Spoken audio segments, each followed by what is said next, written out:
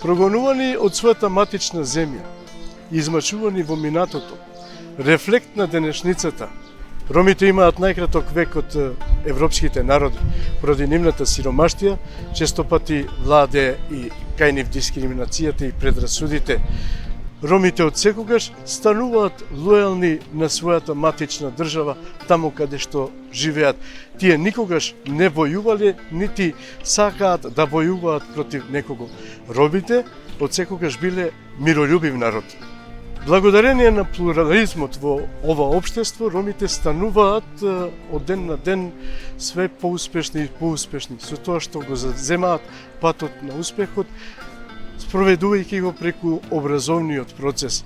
Тие денес во нашата држава, а и во другите европски држави, стануваат пратеници, стануваат министри, стануваат советници на кабинети, стануваат на високи и завидни позиции.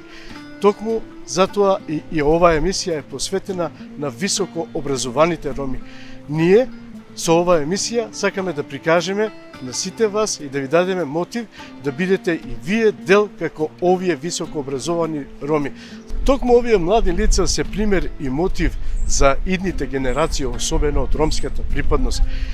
Токму тие ги фаќаме денеска во нашите емисии и ќе разговараме за нивната страна од животот од сосема друг агол. Ве покануваме да гледате емисијата Сторија на успешните роми. Поштовани гледачи, ова е емисијата Сторија за успешните роми. Навистина полно стори, со многу емоции, со многу успеси, а се разбира и со многу деградации во оваа емисија. Кога веќе сме кај деградациите, зборуваме со луѓе кои што се токму борци околу правата за нивниот живот. Таков еден гостин исто така и денеска имам, кој целиот свој живот го има посветено за правата на ромите, особено од своите млади години. Потекнува од источниот дел на Македонија, токму таму каде што навистина некој ќе каже дека соживот е навистина добар, меѓутоа исто така имаат некои случаи или ајде да не кажам проблеми кои што се соочуваат и ромите во тој дел. Токму околу тоа, тој се одлучи во животот, како што и сам на почетокот реков, да им помогне на ромите. Се вклучува во невладиниот сектор уште во своите млади години, а потоа нормално и во студентскиот живот, па за да потоа нели и во понатамошниот живот го посвети во правото пред се на нели како правник, а потоа и бранењето на правото на ромите. Не знам се уште со кои епитети да го украсам, овој човек навистина заслужува едноставно да биде гостин во оваа емисија. Се работи за еден прекрасен млад лик, можам да кажам се уште магистер по правни науки, советник на државниот секретар по право, а исто така и актуелен адвокат Шенај Османов. Господине Шенај, пред се добро дојдовте во нашата емисија. Еве, како и на сите наши гледачи, и на вас, да го поставиме првото прашање, како се чувствувате во нашето студио? Вака, добро ме најдов. Благодарност до вашата покана, благодарност до телевизијата, која нели смокна сили да одвои простор и место и време за мене да бидам дел од вашата емисија. Се надевам дека ќе дадам плодни информации, се надевам дека ќе бидам добар пример за едните генерации, ромски генерации, кои навистина ќе посакуваат да бидат дел од нашето општество и навистина ќе сакат да бидат успешни, онолку колку што ние бевме успешни или повеќе успешни од нас, само за тоа што нели нивното образование ќе биде оформено на оној начин како што тие го посакуваат. Така. Ете, уште еднашка ми направивте голема чест да ми бидете денеска гостин. Пред се, ете едно прашање, нели, како и за сите наши соговорници и на вас. од каде потекнувате, нешто за вашите родители, доколку имате браќа, сестри. Ете, нешто околу вашето детство и она што га вклучуваше во децата. Вака, роден сум 75-та година во Штип. Потекнувам од традиционално ромско семејство. Татко ми е со потекло од Куманово, мајка ми од Струмица. Јас сум петото дете во семејството, поточно најмалото дете во семејството. Имам 4 сестри, јас сум единственото машко. Со тоа што нели Бевте привилегиран во детството, предпоставувам. Па да, јас како единствено машко во семејството, знаете, 4 сестри, сите беа по мене, сите ме сакаа, сите ме чуваа и малку по-гален од сите станати во семејството и затоа не чувствував и многу недостатоци во семејството додека го живеав моето детство, додека растев со моето семејство. Ајде, ете, чисто, нели, да ги спомнеме и сестрите, затоа што заслужуваат место во оваа емисија. Апсолутно. Моите 3 сестри живеат во Германија, една во Македонија, поточно во Штип, заедно со нас. Значи, јас и најстарата ми сестра живееме во Штип, останатите 3 сестри се во Германија. Долги години, повеќе од 30 години се таму. Тоа значи дека веднаш после моите тинејџерски години тие заминаа за Германија, јас останав со моите родители, но за жал по наполнувањето на 21 година мојот татко почина. Така да потекнувам од работничко семејство кое Се сеќавате ли на вашиот татко што работеше околу, нели? Апсолутно, да, бев на таа возраст во која можев да видам и дел од активностите на татко ми, придонесите кон семејството и така натака. Значи, не потекнувам ниту од богато семејство, ниту од сиромашно семејство. Ние бевме во таа средна класа. Што викаат работничка семејство. Гигантската фабрика работеа и моите родители и мајка ми и татко ми во Македонка. Македонка беше една од поголемите фабрики во државата, имаше 6000 вработени, со добри плати, сигурен стандард за живот и така натаму. И така да не почувствував многу недостатоци додека растев како дете, но за жал после починувањето на татко ми, теретот на семејството остана врз мене и почнав сам да се грижам за моето семејство. Тоа беа години додека јас бев студент на правниот факултет и така да малце ми се отежна животот, со тоа што морав да работам, морав да придонесувам кон семејството и да се грижам за самото, за целото моје семејство. Предпоставувам дека вашата мајка е жива. За жал, пред новата година, на 25 декември, ја изгубивме и мајка ми, така да веќе родителите ми се починати и бајцата. Сочувство од моја страна. Благодарност. Инаку, оттикнувам од семејство, од родители кои навистина на правилен начин не воспитуваат сите деца и од тие причини, нели, и нашиот однос кон останатите националности, останатите луѓе малце поинаку и подобар со подобар пристап и почит.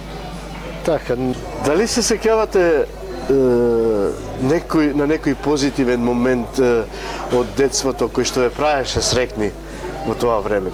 Еве да речам, родителите или сестрите, сега јас можам да карикирам, ви купија точак, не знам, ви купија фудбал или нешто така, во такви моменти. Јас имав родител, татко, кој навистина имаше принципи во својот живот.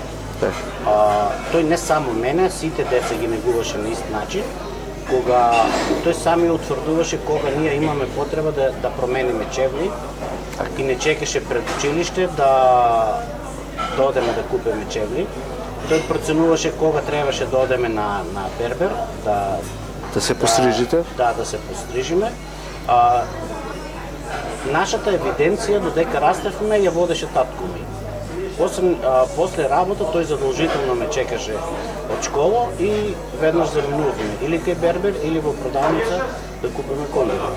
И тоа на некој начин и мене ме насочи кон правилен пат, да јас на ист начин се грижам за моите деца, да јас ги следам моите недостатоците на моите деца, да можам да утврдам кога нешто ми фали, кога нешто треба да ми купиме, што треба да направиме за нив и како да ги воспитуваме во иднина да се однесуваат како со институциите, така и со народот.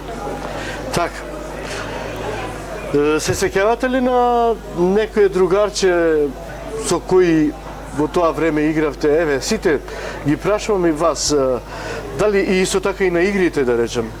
Во тоа време имаше, нели, ајде да карикирам пак, долга магарица, девојчињата ластиче, па джамли, па не знам. Да, имавме ние, јас претежно живеам во македонска насамба, тоа е во центарот на градот. Така.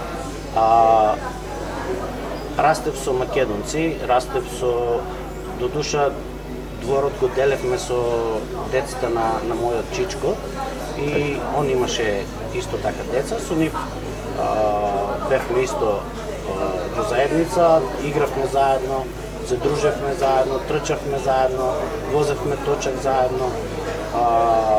Некогаш знаевме и да се делеме во групи, да имаме на детски начин да се тепаме, да Камај, што ви кажат? Со камења и така натака, но нели, сето тоа беше без последици и не се работеше за нарушени меѓуетнички односи, не се работеше за дискриминаторски односи и така натака.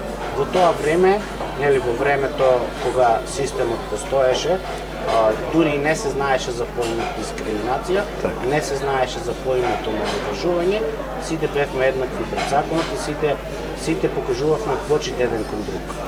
Се надевам со односот со вашите комши, сабаљачки на кафе, вие кај нив, па попладневни кај вас, тоа стои, особено во тој дел кај што живеете, не знам кај вас како постоеш. Апсолутно, да, ние односите со моите комши и со општо со населението е на многу високо ниво, така да размената на информации, размената на искуства, јадење, пиење беспрекорно функционира, така да почит и од наша страна и од нивна страна е на највисоко ниво. Ние знаеме да се дружиме, знаеме да бидеме и на веселби заедно и на лоши моменти да бидеме заедно, да си помагаме едни кон други. Еве пример беше со починувањето на мојата мајка, сите комши, дури нашите комши ги земаа нашите деца да се грижат за нив. 2 дена ние децата ги немаме видено, со тоа што ние бевме ангажирани со погребалните активности. Така. Ајде малку да се навратиме околу почетокот на вашето образование. Младо детенце, разгалено, пак ќе кажам, заминува во основно училиште, нова средина, наставничка која што, нели, ние знаеме во тоа време да ја чувствуваме како наша втора мајка или наставник, сега не знам, на вас во тоа време што... Наставничка беше, да. Наставничка, дали се сеќавате на тоа време? Долги години поминаа, добро е вака што, нели, имам прилика да се подсетам на тие времиња. Од прво до четврто оделение ми беше наставничка, нели, втора мајка наречена, таа целосно се грижеше да го даде, да го покаже правиот пат по кој треба да се движиме. Иако, нели, ние деца од тоа време знаеме, сакаме се повеќе да трчаме, да играме, она секогаш не караше, но сега дури гледам дека тоа што не караше било позитивно и позитивно се одразува кон нашиот карактер. После петото оделение веќе веќе почнаа повеќе учители да се движат, нели, да запознаваме повеќе карактери, повеќе материјал, повеќе работа, но како што реков на почетокот, мојот татко беше принципиелен и кога и да се вратам дома, тој со учебникот ме чекаше пред врата. Така, значи. Сине, ако си дојдем, ајде, 1 сат ќе читаме со тебе. Значи тој беше тој што едноставно ме тераше. Тој беше темелот на моето образование и, така. И поставувањето на мојот карактер. Така. Основното образование, нели, до 4-то одделение некако како низ ветер поминува. Оставаат само некои впечатоци кои што остануваат за цел живот во главата. Легувате во од 5 до 8 одделение, тука веќе со многу предмети, тука веќе се покажувате како, ајде да не кажам, младо дете, дете кој што, нели, има предизвик на предмети, има предизвик надвор на девојки кои што им се раѓаат симпатии, се здобива со многу професори, малку збунувачки период. Како го чувствувате вие тоа во тоа време? Па така, навистина беше збунувачки, кога имавме прилика во 5-то одделение да видиме повеќе професори, разни професори по разни предмети. Мене вече тук ми остави хемија, предметот по хемија. Тој ми беше многу интересен предмет, пошто нели имаше посебна лабораторија, бевме таму, импровизиравме одредени активности и тоа ми остави така као. Сакате да кажете дека бевте активен во секцијата за хемија. За хемија. Тоа беше предизвик за мене за да можам да ги соединувам работите, едни со други да ги поврзувам и да створам продукт. Така. Од сето тоа. Лош впечаток ми беше професорот по математика и по физика и веројатно и тие два предмета ми беа потик да јас заминам на правен факултет, за да можам да го избегнам предметот математика и физика. Не ја сакавте математиката? Не дека не ја сакав, професорите не ни беа стабилни, не доаѓаа редовно на час, не го предаваа предметот во целост, а ние деца како деца сакавме, гледаме празни часи, веднаш на играње. Имаше ли бегање од часови во тоа време? Имаше, да, неколку пати јас, нели сега да не видам дека сакам да ги скријам работите, но имам бегаме јас од час, гледајќи ги сите, нели, каде сите таму и јас. Так, да се социализираш со другарите. Апсолутно, да не се издвојувам од ним, па, нели, после тоа веќе не те дружат, не играат со тебе, сакал или не, мора да бидеш дел од нив, мора да биде заедно со нив. И тие два предмета ми беа потик јас да заминам на правен факултет, бидејќи таму немаше математика, почо несериозното однесување на двајцата тогаш учители. Ние тие два предмети не можевме да ги изучиме. Шенај, завршувате средно образование во кое училиште? Ја завршив гимназиско образование, општа гимназија во Штип и веднаш по завршувањето на гимназија се запишав на.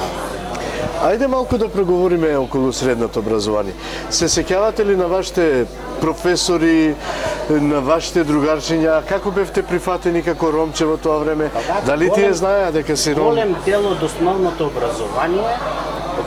образование преминавме заедно да учиме во средното образование.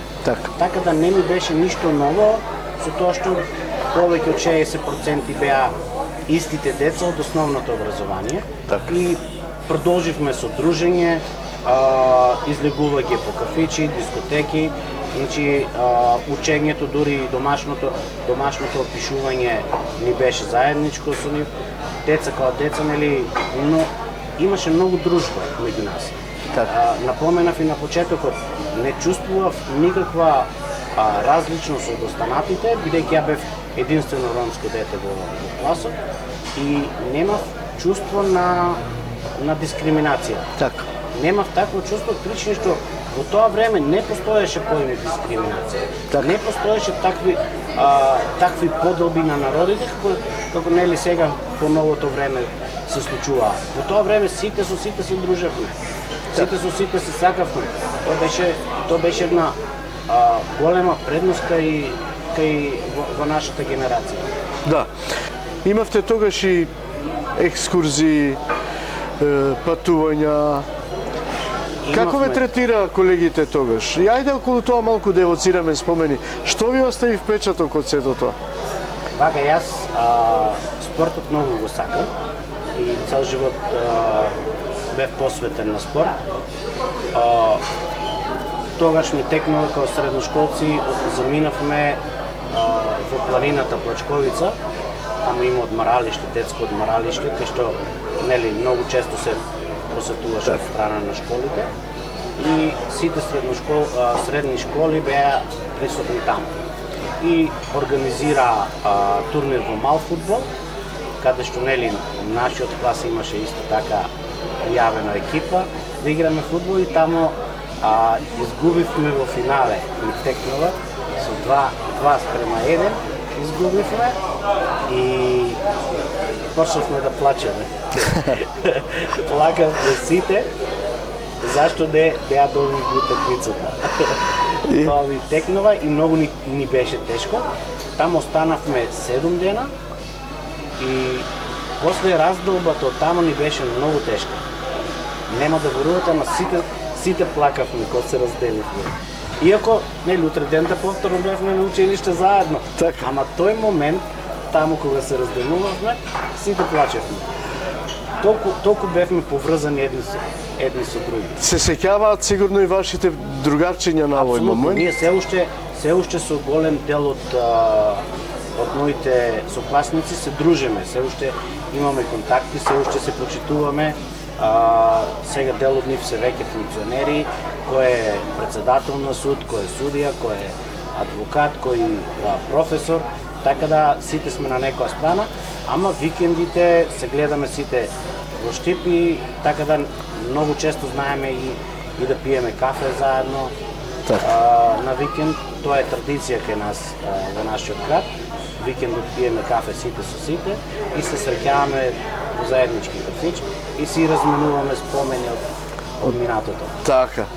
Инаку сте познат град, уствари, што мене многу ме импресионираат, особено ако некој каже одам во Штип, во градот, по Дисарот, на убаво турско кафе и на пастрамајлија. По тоа сте и многу познати.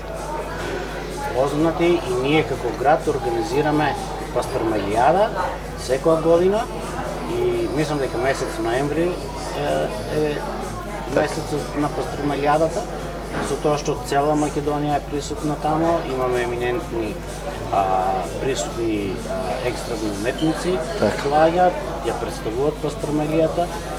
Огромна пастрамајлија се прави со добар вкус. Е сега предноста кај немуслиманите е што тие можат да јадат вкусната пастрамајлија. Ние мораме да импровизираме тоа да биде со пилешко месо, со телешко месо, која не е во оригинална форма, затоа што ние не користиме свинско месо и тука нешто компензираме и прилагодуваме се. Во крајен случај, повторно пак добра и вкусна. Апсолутно. Затоа, некогаш кога ќе дојдеме со телевизијата таму, ќе идеме на вистинската пастрамајлија, таму од тоа место кај што на вистина потекнува. Да, ќе биде чест дуќанот. Да бидете мои гости на пастрамајлија со турско кафе. Секако. Продолжуваме со нашиот разговор. Вие се запишувате на факултет. Каде се запишувате, зошто го добирате тој факултет?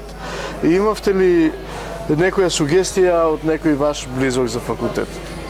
Видете, јас факултетот го запишав во Благоевград. Така.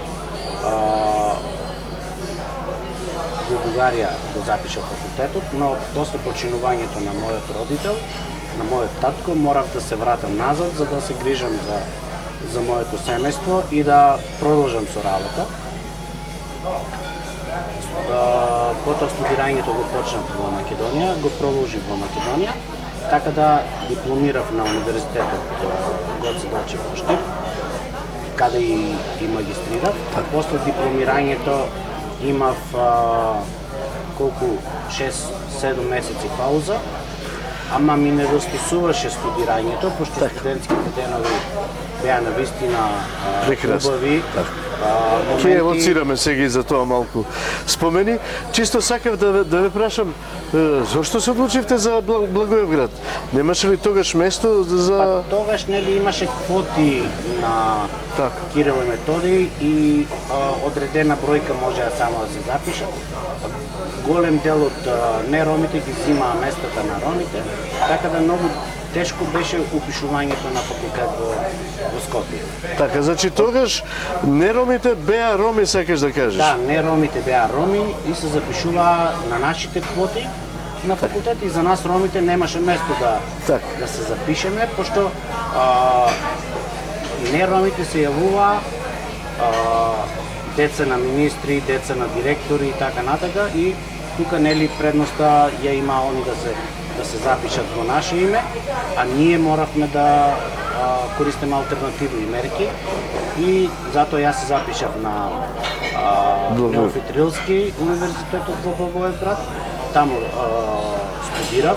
Ајде малку околу тоа да видиме. Се запишувате во Благоевград на факултетот што го напоменавте, доаѓате од Македонија и плюс тоа сте ром. Како ве прифаќаат колегите од Бугарија? Имав едно добро искуство тогаш, прв ден на факултет, ама нели тогаш во тоа време Бугарија беше позната по криминалните действија. Така. И нели мене 100 луѓе пред да заминам за Бугарија ми посочија да бидам внимателен, многу внимателен, со никого да не стапувам во контакт и со никој да не разговарам на посебни теми, освен факултет и ништо друго. И при излегувањето од студентскиот дом ме пречека една жена која побара 5 лева од мене тогаш. Демек била гладна, не знам што. Така. И јас си дадов као студент и дадов 5 лева тогаш. Мислам, 5 лева за нас во Македонија нема голема вредност, ама во Бугарија имаше голема вредност. Така. Во тоа време и ние со 5 лева можевме да јадеме 5 души во Бугарија. Во тоа време беше многу ефтино, да. Многу ефтино беше и јас се уплашив од жената, бев приморан да ја дадам пари за да не ми наштети. Нели, пошто сите ми ставаа во глава дека да си имаш мир во душата, што викаат. Дека Бугарија е лоша држава, дека има многу мафија и не знам што таму. Викам ја тај пари куртул. Да си куртулиш. Куртул, да. Така. И тоа ми беше првото искуство. И како се движеше во Бугарија? Имаше ли... Потоа запознав многу колеги, запознав многу пријатели, имаше многу турци, дојдени од Варна, исто на тој универзитет. Почнавме размена на информации, па запознавме и бизнисмени кои, нели, со текот на времето разменуваш одредени информации, па ја започнав и таму да работам на еден проект за заштита на човековите права. Ме вклучија во Дупница тогаш, пишував еден проект за ромите во Дупница, почнав да се вклопувам во целата таа ситуација. Од студент почнав и само финансирање да си стварам.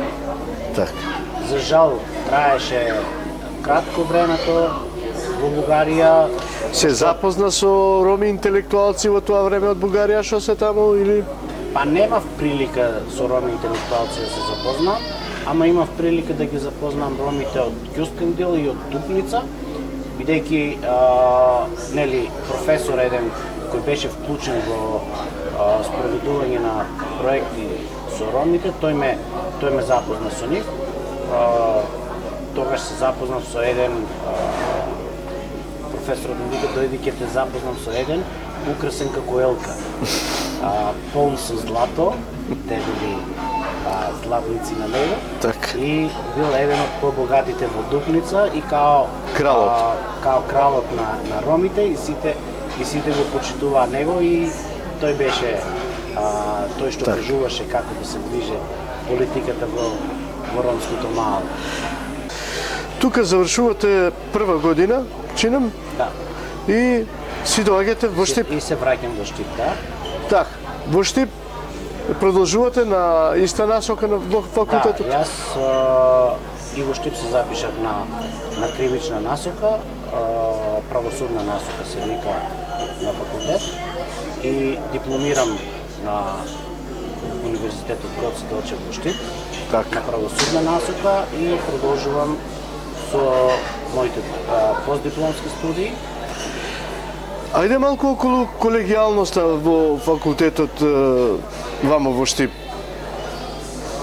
Дали бевте интересен на колегите затоа што доаѓате од Бугарија, се студент од Штип, студирал во Бугарија, како тие ве гледа, како ве перцепира во тоа време?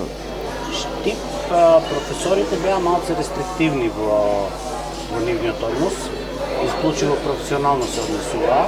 Так. Не сакаа да прават многу блискости со студентите за разлика од другите универзитети. Тамо слушаш предавање, одеш на испит, излеваш од испит и толку. Односот со професорот ти е до тука. Така. Дури и на кога требаше консултации да правиме со професорите, тие беа доста рестриктивни. Еден од професорите ми викаше, да бе, па имаш моја книга, учи. Викам, да, ама, нели, обемен материјал, големе, нешто да скратиме, па вика, добро, ајде, еве, кориците не ги имаш. Знаеш, до тука. Имам правено муабет со доста колеги ваши. Велат, професорите во тоа време си ги продавале своите скрипти, доколку не ја земеш неговата, тогаш Не добиваш... можеш да влезеш на испит. Тоа беше купувавме, трошевме пари по нивните книги, мораше да ја купиш, пошто испитот ти е од неговата книга. Так. И Се снаоѓаше ли со пари на факултет? да, морав да се снајдам, како сите, така и јас морав да ги купам. Сите книги морав да ги читам книгите, пошто нели беа млади професори, сакаа да се покажат као професори, сакаа да креираат кариера преку нас, така да многу беа тешко достапни професорите, дури се уште се на тој начин, за разлика од другите универзитети во Централна и во Западна Македонија. Нашите професори во Источна Италија се малце по-рестриктивни во односот. Сега имаше професори кои на професионален начин после дипломирањето мое успеав на некој начин да склучам соработка, еден дел од студентите да дојдат во нашата организација да стажират и имавме еден проект со кој беа вклучени неколку професори од факултетот да бидат дел од истражувањето за проектот, ама сето тоа беше после моето дипломирање. Так. Се додека бев студент, тие не сакаа да соработат Так. со нашата организација, од причини што или сакаа да градат кариера, успешна кариера и така. Секако. Ајде да се подсетиме уште малку на студентските денови. Се сеќавате ли на некој професор што ви остави впечаток или некој ваш пријател кој што нели ете на некој начин ви остана пријател уште од студентските денови? Овака јас моите професори сите ги почитувам, пошто нивното рестриктивно однесување ми придонесоа да бидам и стручен во мојата работа, Така. да ги научам темите и да можам сега слободно да функционирам како адвокат Така. или како советник во делот на правото. така да контактите, разговорите, сега не седеме на кафе мовет, ама кога и да ме видат, тие ме поздравуват, и аз ги поздравувам, така да односот помеѓу професор-студент се уште е Постои.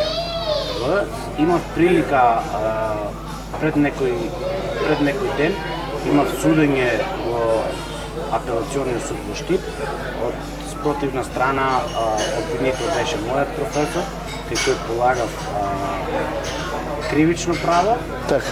И малце се почувствував непријатно, пошто морав да му преговарам на наредени работи и Сепак професионалноста се и го именував као професоре, а не обвинителе. И судијата ме гледа, викам, извинете, ама тој ме професор и нема поинаку, пошто нели навиките се го стварат своето. И тука малце, ама тој не најде замерка на тоа, вика, јас сум професор, така да не е проблем.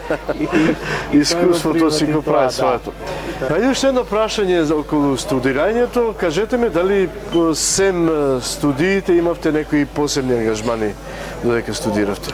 Па така, додека студирав, јас основав и невладина организација, која се вика Сдружение за правата на ромите. 95-та година ја основав организацијата и таа стана за кратко време една од поголемите организации во државата.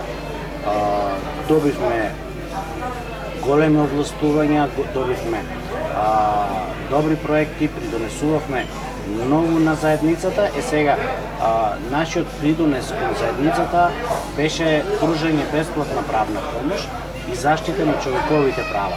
Значи, бесплатната правна помош и заштитата на човековите права не е видлива материја. Така. Предпоставам дека иницијативата е ваша околу тоа здружение. Ајде малку околу активностите, околу зачетоците на тоа здружение. Дали се сеќавате околу потешкотиите, откаде, како се снаоѓавте за да можете да направите проекти, па да ве финансираат за да можете да ги реализирате вашите проекти? Да, јас пред да почнам со официјалната регистрација на здружението, успеав да најдам една книга на Европскиот центар за правата на ромите од Будипешта. Така. Стигнав до книгата и читав за затепаните роми во Бугарија. И посебна клаузула од текстот имаше како Сдружението за правата на човека во Бугарија, во Софија, пружеше правна помош на тепаните роми и како тие во тогаш затегнати услови, не можејќи да се кажуваат како роми, немаа право да се декларират како посебна националност и така натака. Значи, тоа ми беше поттик, книгата на Annual Report на Европскиот центар за правата на ромите ми беше поттик да јас основам иста работа во Македонија. Тогаш за прв пат во Македонија ние формиравме невладина организација која ќе работи на бесплатна правна помош со заштита на човековите права и така лека полека успеавме да се прошириме низ цела Македонија и успеавме да заштитиме голем дел од граѓаните, така да ние сме и првата организација која има добиено 4 постапки пред Европскиот суд. Токму околу тоа сакав да ве прашам, имате ли придонес околу заштитата на ромите од Источна Македонија, па и од Македонија, како организација која што веќе ја споменувате? Предпоставам тогаш бевте ви и председател на таа организација и некои искуства ете од тоа време. Така, тамо ние се сретнавме со огромен број на проблеми. Само од 95-та година па наваму се појави симптомот на дискриминација поделбата на човештвото и така нататък. Значи, ние и тогаш тоа ни беше потик да тоа го направим. И аз првиот случај пред да ја формирам организацијата го пријавив во Европскиот центар за правата на ромите и тие ми пратија лице, тогаш ми текнува Татјана Перич се викаше од Србија. Дојде лицето во Македонија, се сретнавме, разговаравме со нејзе, отидовме, тепаното лице го посетивме во Штип. Тогаш и полициското насилство беше на многу високо ниво. Полициското насилство врз ромите беше на многу високо ниво. Таму немаше приведено лице да не биде тепано во тоа време. И ние на тој веднаш после посетата на Татјана Перич разговаравме со нејзе, се договоривме со колегите и основавме организација и почнавме да работиме. Благодарение на тогаш Сорос фондацијата, Владимир Милчин застана позади нас, пошто и него како програма која ја приложивме во Сорос го привлече вниманието негово и тој на некој начин инвестираше во нашата организација да застанеме на нога и да можеме да функционираме као организација која ќе пружа бесплатна правна помош на ромската популација. Лека по лека почнавме да функционираме, почнавме да се градиме како личности, како активисти, борци за човекови права и така пораснавме. И веднаш после тоа направивме еден систем кај што прекина полициската бруталност во ромската популација од причини што многу често пуштавме тужби против полицајци, многу често пуштавме представки до внатрешна контрола при Министерството за внатрешни работи и веќе кога полицајците има во предвид дека организацијата ги штити ромите во Македонија и почна да се намалува полициската бруталност, веќе го и како појава и нема во Штип, верувам дека и низ другите градови, како полициска бруталност. Сето тоа е благодарение на активностите кои нашата организација покажеше. Бевте ли симпатични на полицијата во тоа време? За жал не. Полицијата беше против нас и на секое приведување ромите ни кажуваат дека не потенцираат нас како организација со зборовите што мислите дека Шена ќе дојде да ве брани или да ве ваде од тука или не знам што.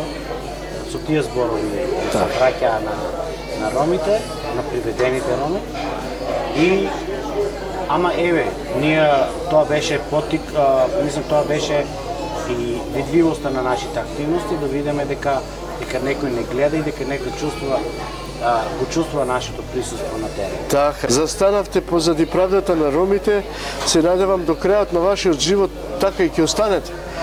Не ве знаат многу, можеби, од ромите, но ете прилика да го познават кој е Шена. Вие после сето ова, после завршениот факултет, после вашите успеси во вашата невладина организација, станувате управник на Штипскиот затвор, ми се чини. Вака, јас, 98 година се вработив во казнено-поправниот дом во Штип. Тамо работев околу 10 години. Имав прилика да ја усовршам кривичната материја, со тоа што гледав разни предмети, со разни осудени лица со различни кривични дела, од лесно па до најтешко кривично дело. Така. И тоа ме поттикна и тамо да помагам онолку колку што можев, согласно моите ограничувања и ингеренции во казнено-поправниот дом. Така да сретнав голем дел од ромите, кои да не звучи лошо изразување, ама буквално за ништо лежи. Да. Во затвор. Он него го наведува сиромаштијата да биде во затвор. Еднаш пуштив едно лице на викенд, имаше 3 дена право на викенд, он на вториот ден се врати назад. Зашто? Прашувам, зашто се враќаш? Вика, надвор е многу скапо, не се живее.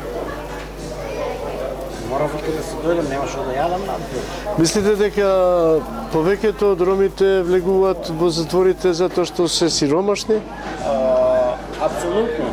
Јас во моето 10 годишно работно искуство во казно-поправните установи не успеав да видам некој од ромите да е осуден за силување, некој од ромите да е осуден за дрога, за педофилија и не знам што. Значи, нашите роми исклучиво издржуваат казна затвор за кражба. Така. За кражба на старо железо, за кражба на пластични материи, за кражба на не знам, патики, точок. Не успеав да видам тешки кривични дела. Имавте ли во вашето владење во казнено-поправниот дом во Штип некои активности што ќе ги насочат нели затворениците и ете на некој начин како едукативни програми за нив да стекнат нели? Да, таму ние организиравме курсеви за основно образование, голем дел од тие завршија основно образование во затворите, голем дел завршија курсеви по за најчиски работи. И сега актуелно беше заварувањето во затворите и резбањето. Така. Голем дел од ромите научија да варат, значи станаа заварувачи, еден дел стана добри резбари, правеа чудо од дрвото, можеа буквално цела слика да изрезбат на дрво и до тој степен се навикна, ама тоа се осудени лица кои беа на подолги казни, така да имаат доволно време да го научат. Се надевам после нивното ослободување ќе имаат барем занает за да можат да се одржуваат во животот. Жално е тоа што голем дел од нив се повратници. Тие се враќаат со повторни, со нови кривични дела и сето тоа го прават со цел да не бидат надвор на улица, да бидат заштитени од државна институција, барем имат 3 пати оброк, тамо имат каде да спијат, на топло спијат и така натака. Значи, за жал, голем дел од нив се повратници, еден дел се починуваат во затворот, другиот дел се ослободува и не се враќа, тоа се помал дел од осудени. Инаку, ја дури и сега како адвокат, кога влегувам во казно-поправна установа, пошто ја веќе ми се познати сите осуденици скоро, гледам истите лица. Така. Бевме со државниот секретар на посета на затворот во Куманово, осудени лица кои веќе од пред 10 години, ја ги знам, лежеа кај нас во затвор, ги гледам сега се во Куманово. Бевме во Идризово, истите лица во Идризово. Така. Само уште едно прашање околу затворите, кога сме веќе кај затворите. Има ли дискриминација на роми по затвори? Има. Тоа можам со одговорност да тврдам дека дискриминацијата врз ромите е на највисоко ниво во затворите. Малтретирањето, непочитувањето, дискриминацијата. Ромите се најомаловажената нација во казно-поправните установи. Ете, вие сте во Министерство за правда, имаме државен секретар во Министерство за правда. Правите ли напори за таа дискриминација некако да се сузбива? Така, ние законски се трудиме комисиите кај што се кај што имаме надлежност ние како министерство, се трудиме да дадеме максимален допринос кон тоа законски да бидат заштитени. Тоа веќе е направено. ама многу ни е тешко да делуваме во човечкото, на човечкото суштество, да кажеме ти не можеш да го малтретираш него или ти не можеш да го злоупотребиш. Малку и ние допринесуваме кон тоа да бидеме малтретирани и да бидеме непочитувани од страна на вработените во установите. Мислите како нација? Како нација, со тоа што нели се вклопуваме со нив во бизнис, со цел да нели имаме пристап до телефон, имаме пристап до интернет, нели правиме се за да тој бенефит го имаме. А од друга страна се злоупотребува. Од друга страна се злоупотребува како нација и тоа е лошата работа во лошата појава во казнено-поправните установи, кај што нели не велам дека сите вработени во установите се така од тој калибар, ама еден добар дел од вработените нели знаат да ги злоупотребуваат. Иначе непочитувањето на ромската заедница со тоа што ако те видат сиромав плюс црн, какви права, какви бенефиции, ти ќе си чекаш ред кога воспитачо ваш ќе му дојдеш на памет да земе да ти даде бенефит, ќе го користиш. Воспротивно, немаш пристап до воспитувачот, ама ако дојде некој од поголем калибар, кај што е богато лице, кај што нели добро облечен со марка, тренерки и патики, тогаш он има пристап секаде во установата. Имаше еден, да, но е вистина. Имаше еден случај во последните месеци со натепан ром во чинам во казнено-поправниот дом Скопје и Дрезово. Како реагиравте вие како советник? Тамо првично реагираше државниот секретар, пошто навистина беше насилството на највисоко ниво, беа нанесени тешки повреди, лицето 2 пати во несвес, паднал, повторно скорнат, повторно тепан. Значи, до тоа дереже беше, имаше и нели, видео снимки и фотографии објавено на сите портали низ државата. Јас сум ангажиран како адвокат на лицето, во теке кривична постапка против тепачите. Детето е сега на слобода, осуденото лице веќе е на слобода, постапката ќе ја водиме од слобода, така да дали тоа опфаќа исто дел од тоа претходното, значи дискриминација врз детето или нешто друго? Апсолутно, тоа е злоупотреба на службена положба и вршење насилство врз осудено лице, со тоа што нели прекумерно користење на физичка сила е веќе очигледно дека е користена прекумерна сила. Детето не можеше да седе на столица, очо беше премногу тепан. Имаме лекарско уведение за тешка телесна повреда тамо и тамо се воде кривична постапка против тројца вработени од службата за безбедност по казнено-поправната установа. Се надевам дека обвинителството веќе има постапено во одредени насоки и се надевам дека наскоро ќе бидат санкционирани, ќе бидеме повикани и ние како одбрана на распит тамо да даде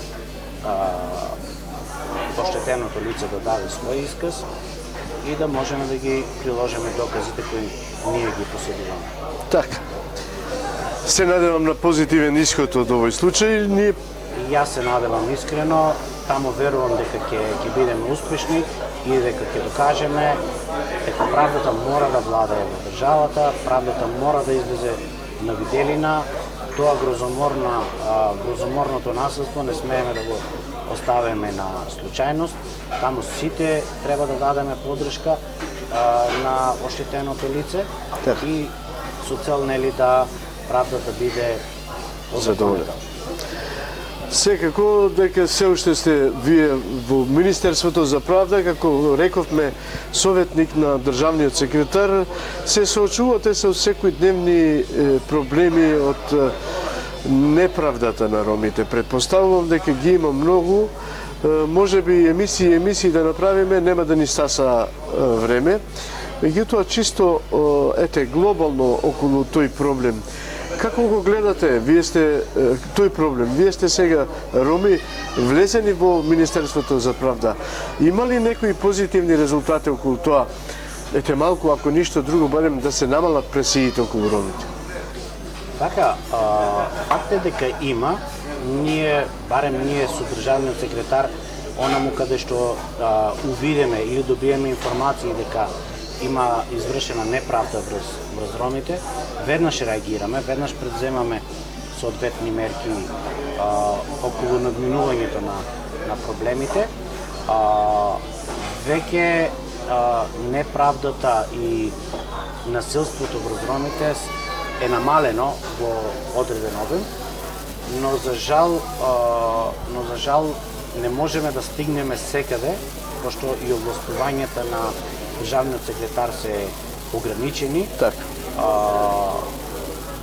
Судството е самостојно, функционират сами, носат за пресуди сами, така да во голем дел од пресудите и ние не сме задоволни, но за жал силата и правдата е на нивна страна. Ние во одредени случаи имаме проблеми со самата популација, со лицата кои ги застапуваме. Така. На половина од предметот ни се откажат. Зашто? Ние се трудиме максимално да им помогнеме, одеме против сите институции, тие на пола од предметот ни се откажат. Зашто? По самиот нивен карактер или? Делот нив се заминуваат во странство, остават не сами на себе да се бореме со институциите, дел од нив се плашат да поведат постапка. Ево и последниот предмет разговаравме многу долго, додека донесеме одлука дали да почнеме постапката или да не ја почнеме постапката против полицајците. Значи, ние имаме и со популацијата проблем. Шенај, ајде малку да преминеме во посвежи теми од овој разговор. Се надевам имаме и посвежи теми на разговор. Ајде да ете чисто околу твојот живот. На колку години се жениш? На 22. Тогаш беше млад студент, предпоставувам, на прва година. Како беше тоа, се сеќаш? Бев многу млад. Се оженив и сум татко на 2 малолетни деца. Сега децата ми се по 8 години, близнаци се. Нека се живи и здрави. Така да, животот ми е интересен, имаме среќно семејство. Како се вика дечињата? Кира и Ниса. Тоа се 2 девојчиња, така? 2 девојчиња, да. 2 девојчиња. Мојата сопруга од Виница работи во Центарот за социјални работи во Штип. Така. Јас сум професионално вработен адвокат. Со договор сум во Министерството за правда, во кабинетот на државниот секретар, советник по струка. Така. Животот, како да ти кажам? Како започнавте со вашата сопруга? Ајде. Околу тоа. Дали се сеќаваш на моментите? Повторно е со црна тема. Поврзано, бев повикан во Виница, каде што беа нападнати ромите од страна на полицијата. И ние како организација бевме присутни на терен да ги заштитиме ромите. И мојата сегашна сопруга беше исто така присутна на терен да помогне кон тоа да се смират страстите. И тука се запознавме, тука почнавме први разговори, па после тоа незиниот татко беше вработен во основниот суд во Виница и кога слушна дека сум јас правник и дека сум ром, почнавме комуникација и така натака дојдовме до брак. Тоа е Значи, првичната по желба информација.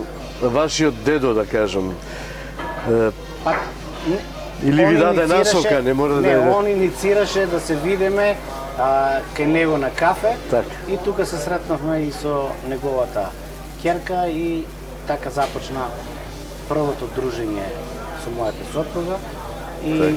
кој подоцна нели прерасна Во ѓу. брак и сега имаме две малолетни деца. Се сеќавате ли на вашата свадба? Правевте ли од тоа време свадба? Да, не. апсолутно, апсолутно. Симптоматично беше тоа што нели и на почетокот реков дека и моето семејство и семејството на мојата сопруга се традиционални ромски семејства. Така. Мојот дедо свадбата ја правеше, нели, од нивната страна, исклучиво со труби, Така. исклучиво со Па бас тоа е музика. автентично за тој крај, мислам. Исклучиво со бас музика и свадбата имаше посебност. Така. Посебност имаше Так. и нели јас бев горд зет на таа свадба со тоа што нели свиреа само труби, бас музика и многу Имаше доста прекрасни. сватови. Да, имаше и нашите свадби се големи, огромни. Сигурно имаше по 300-400 гости Така. на свадбата. Потоа дедото пред да ја даде Невестата, ќерката, така. вика јас сум заречен да ќерка ми да ја дадам за кило ракија. Така. Мора да ми донесеш кило ракија. Он уствари и не конзумираше алкохол. Така. Ама вика кило ракија ќе ми дадеш. Вика не про 5 ќе ти даде. бе. Само Знаеш, да ми ја даеш ќерката. Широкото ромско срце. Така. Добри моменти се тие, будат позитивни сеќавања во секој случај. Апсолутно. Се надевам дека и Штипјани се исто така многу познат народ, музикален народ, народ кој што ги сака веселбите. Се надевам дека исто така и од твојата страна свадбата беше многу весела. Апсолутно, апсолутно. Нашата свадба беше доста голема, пошто семејството на страната на татко ми, семејството на страната на мајка ми, па пријатели, колеги, другари, ние имавме околу 400-500 гости. Така. Првиот роден ден кој го правевме на нашите деца, Така. имавме 370 гости во ресторан. Многу пријатели. 370 гости. И тоа редуцирани гости. Така. Не можевме тие да ги одбиеме веќе. Ни се фатија 370. Поминавте, се надевам, убаво. Апсолутно. Прекрасно беше. Првиот роден ден на децата беше на највисоко ниво во ресторан, познат ресторан во Штип, со 370 гости, со жива музика. Така да Го викневте ли Ферус, затоа што он од тој крај е? не Ферус во Штипјанец. тоа време беше во Скопје. Така. Он беше во Скопје, ама свиреше Азатур А, да. од Да. Велес. Така. Така да, музиката беше прекрасна, оркестарот беше добар, гостите беа блиски Роднини до нас. Така. И така да успеавме да поминеме на многу убава вечер. Предпоставувам дека Шенај е човекот кој што покрај толкуте активности знае да помага и дома. Дали тоа го правите? Дали сте добар домакин пред се? Дали знаете да усисавате? Дали знаете да речем по некој сат дома да измиете? Дали знаете некој ручек да направите да изненадите вашата сопруга? Така, јас околу хигиената не сум многу усовршен. Некојаш ако јас направам ѓубре, можам да го Тоа само за себе. Да. Инаку не сум многу вклучен во тие активности, но во кујната знам да сготвам јадење кое се вика менемен, Тоа е турско јадење, така? турско јадење, и тоа го гледав во еден филм. Така? Како го готват и така вкусно го јадеа јадењето, што решив јас да го готвам. И го доловивте ли? Да, го доловив рецептот, успеав да го сготвам и сега веќе континуирано го правам. почесто во месецот барам еднаш Мене правам јадењето и е многу вкусно. Што всушност е тоа јадење? Тоа е пиперки, домати, кромит и јајца. Интересно јадење. Интересно јадење, летно јадење, ама Так. ние почесто го готвиме, бидејќи е многу вкусно. Така. Многу вкусно јадењето. Ајде, малку да се навратиме околу животот надвор од вашиот стан, од вашето обкружување. Доаѓате во Скопје, каде најчесто, кои кафичи, ресторани ги посетувате, што најмногу сакате, да ве послужат во некој ресторан или некој кафич? Сега традиција ни е Изгейт. Скоро секој викенд сме во Изгейт, пошто таму има игралиште за деца, Така. таму има добра храна, децата КФЦ-то го јадат Така. многу, ти обожават ја нивната храна. Убав шопинг центар, имаме простори за кафе да пиеме, имаме простори да прошетаме и да видиме. Таму секој викенд има настани за децата. Кога би оделе ние како Скопјани во Штип, каде би не упателе, во кој ресторан, во некој? Ние имаме многу ресторанти, во секој ресторант можете да најдете вкусна храна. Така. Сега морате да припазувате на свинското месо, морате да потенцирате да не ве послужат со свинско месо. Така. И тогаш ќе внимават, навистина ќе внимават да не ве служат со свинско месо. Иначе имаме и ние шопинг центар, Штип Сити Мол се вика. Така. Голем ли е? Прилично добар сега, колку за нашиот град е добар, не е колку Изгейт, Така е. ама е добар. Имаш шопинг центар, имаш ресторани за храна, имаш игрална за деца, така да основните услови ги исполнува за да излезеш и прошеташ. И на крај, се движите во Скопје, знам дека во Штип ве знаат, меѓутоа се движите во Скопје. Ве знаат ли Скопјани како академски граѓани? Видите, јас сум долго време во Скопје, јас од 97 година па наваму сум скоро секој ден во Скопје, така да имам голем круг на луѓе веќе, сега и веќе втора година сум ангажиран во Министерство за правда, така да скоро цело министерство не знае. Во труд и социјална политика имам пријатели, соработници, во Министерство за внатрешни работи, по сите мои позиции соработувам, веќе имам контакти. Некне имав предмет кај што застапував едно лице мигрант од Сирија, па се запознав со инспекторите, па излеговме на кафе, сега сме многу блиски пријатели со инспекторите од гранична полиција, така да веќе Работата ви ствара пријатели. Самата позиција, самата работа ни дава пријателства, култни пријатели станавме со дел од тие. Така. Почнавме да се дружиме и натака. Државниот секретар многу често со него излегуваме на кафе, на ручек. Така. Колку што знам, вие долго време се знаете со државниот секретар. Апсолутно. И тоа пријателство уште стои покрај тоа што нели сега. Така ќе остане до крајот на животот. Така. Шена е јасна вистина, премногу сум задоволен од вашите одговори. Не знам дали изоставив нешто што не успеав да ве прашам, доколку не успеавте можност да одговорите. Мислам дека ние претежно кажавме се за мене. Знаете веќе колку години сум, каде сум роден, со кого живеам, каде живеам. Така. Буквално целата моја историја. Единствено нешто што може би сум пропуштил да кажам дека моето неформално образование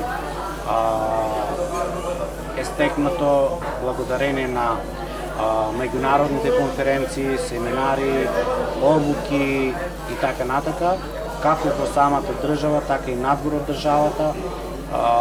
Имам да не претерам сертификати од повеќе меѓународни еминентни институции. Шенај, мене навистина не ми преостанува ништо друго, сем да ти се заблагодарам. Навистина ми беше пријатно да ми бидеш денеска гостин. Особена чест и задоволство пред се на мене, па потоа на нашите гледачи. Те запознавме онаков каков што досега не си бил, предпоставам, представен пред медиумската публика. Еве можност пред се нашите гледачи, без разлика од која национална припадност припаѓаат, меѓутоа еве можност и за ромите да им докажеме и да им покажеме кој е патот на успехот на ромите за да можат да профункционира нивниот живот кон онаа што се вели позитивно. Апсолутно. Благодарам многу на вас и вашата телевизија. Ова беше прво искуство за мене, да можам да се отворам, дури и јас не бев свесен дека ги знам тие работи за мене. Еве прилика да ги кажам, но чест ми е што сум припадник на ромската заедница, чест ми е што сум со вас, чест ми е што работам за ромската заедница и се надевам ќе останам таков како што сум досега. И јас уште еднашка искрено ви благодарам за вашето присуство, ми направивте голема чест. А на вас, почитувани гледачи, ви должам само една голема благодарност. Јас тука навистина не би сакал повеќе да продолжам, туку да ви се заблагодарам уште еднашка и да ве повикам на следната емисија. Дотогаш ви посакувам пријатни моменти со нашата програмска шема. Поздрав!